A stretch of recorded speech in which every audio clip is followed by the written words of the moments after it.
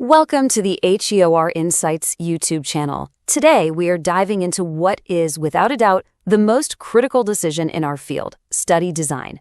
Think of it as the architectural blueprint for every single piece of evidence we generate. And just like with a building, if that blueprint is wrong, the entire structure of our argument just collapses. So let's make sure we get it right. This quote really gets to the heart of it, doesn't it? Just like an architect needs the right blueprint for the right kind of building, you wouldn't use the plan for a skyscraper to build a house. We need the right study design for the right question. And in HER, you'll see our questions are fundamentally different from those in a purely clinical setting. You see, clinical trials are laser-focused on one simple, powerful question. Does the drug work? Can it produce the biological effect we're looking for? But in HEOR, we go so much deeper. We ask the tough, practical, real-world question. Considering everything, the cost, the side effects, all the alternatives, is this drug actually worth it? Answering that, well, that requires a completely different set of blueprints. So, our first blueprint is designed for absolute perfection. This is where we prove a drug can work under the most pristine, ideal conditions you can imagine. Welcome to the realm of the clinical trial. Right at the top of the evidence pyramid is the Randomized Controlled Trial, the RCT, and it's called the gold standard for a very good reason. By randomly assigning patients to either get the new drug or a placebo, we basically strip away as much bias as humanly possible. It is the purest way to prove cause and effect. But, and this is a big but, that purity comes with some serious real-world limitations. Here's the best way to think about it. An RCT is like a Formula One race. Everything is perfect. You've got the perfect car, a pristine track, totally controlled weather. It shows you the absolute maximum speed that car can possibly reach. But honestly, when do any of us ever drive in those conditions? The real world is rush hour traffic on a Tuesday with potholes, a tired driver, and a million other distractions. It's messy. And this leads us to a really key term, efficacy. That's what an RCT measures. Can the drug work under those perfect F1 track conditions? It's all about potential. But what payers and doctors really want to know is this. Does it work out there in the real world? In the chaos of a busy clinic, for a patient who has 3 other health issues, or for someone who might just forget to take a dose every now and then? That's effectiveness.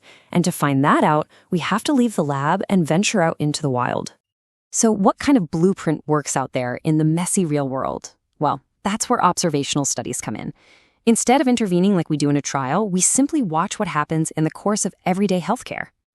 First up, we have the Cohort study. I like to think of this one as a moving picture or a documentary film.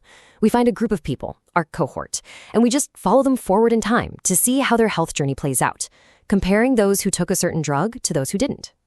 Next up is the case control study, which is more like a detective story. It's pretty cool.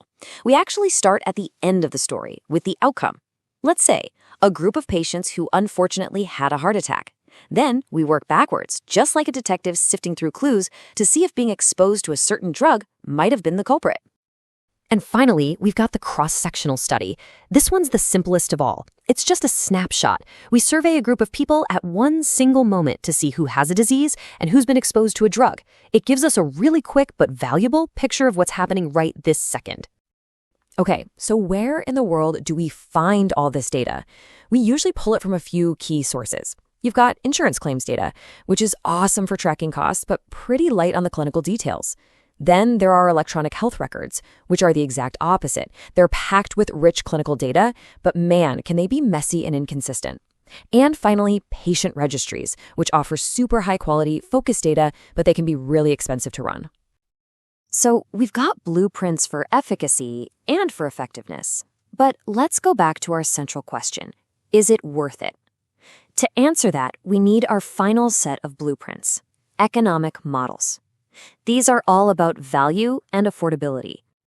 Let's use an analogy. Imagine you're in the market for a new house. After you look at the location, the size, the condition, you're going to ask yourself a really fundamental question.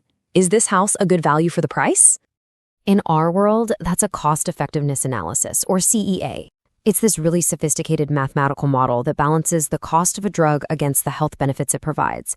We often measure those benefits in something called quality-adjusted life years, or QALYs, which is a clever way to capture both the length and the quality of life. A CEA is basically the ultimate measure of value for money. But hold on.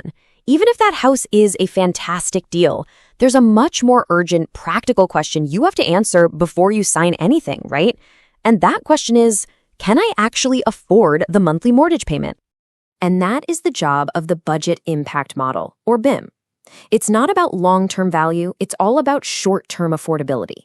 It's a financial forecast that asks a very simple question from a health plan's perspective. If we agree to cover this new drug, what's that going to do to our budget over the next 1 to 3 years? Can we handle the hit? This analogy just nails the difference perfectly. CEA is about value. Is this a good mortgage, a good investment for our health system? BIM is about affordability. Do we have enough cash in the checking account right now? A new drug can be an amazing value in the long run, but still be totally unaffordable today.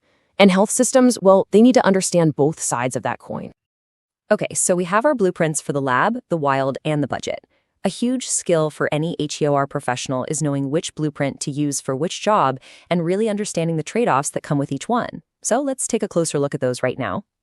This right here, this is the fundamental trade-off we face every single day.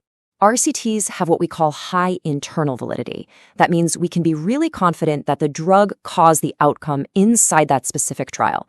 But they often have low external validity, which means the results might not apply to the broader, messier patient population in the real world. Real-world evidence is the complete mirror image. It has high external validity because it is the real world, but it's way more vulnerable to bias, which can lower its internal validity. Now, the biggest threat to internal validity in real-world studies is something called confounding. The classic example is this. A study might find that people who carry lighters in their pockets have a higher risk of lung cancer. So does the lighter cause cancer? Of course not. Smoking is the third variable, the confounder, that's linked to both carrying a lighter and getting lung cancer. But here's the good news. We have incredible tools to fight back against this. While we can't just go out and randomize patients in the real world, we can use powerful statistical techniques like propensity score matching to create fair apples-to-apples comparisons. It's almost like creating a virtual clinical trial from real-world data, and it makes our findings so much more reliable. And that's our tour of the essential blueprints in HEOR, from the perfectly controlled environment of the lab to the unpredictable real world. And finally, to the hard realities of the budget. Each blueprint is a vital tool in our toolkit. So, as you go out and build your own career, I'll leave you with this question to think about. Your career is the building. What blueprint will you design first?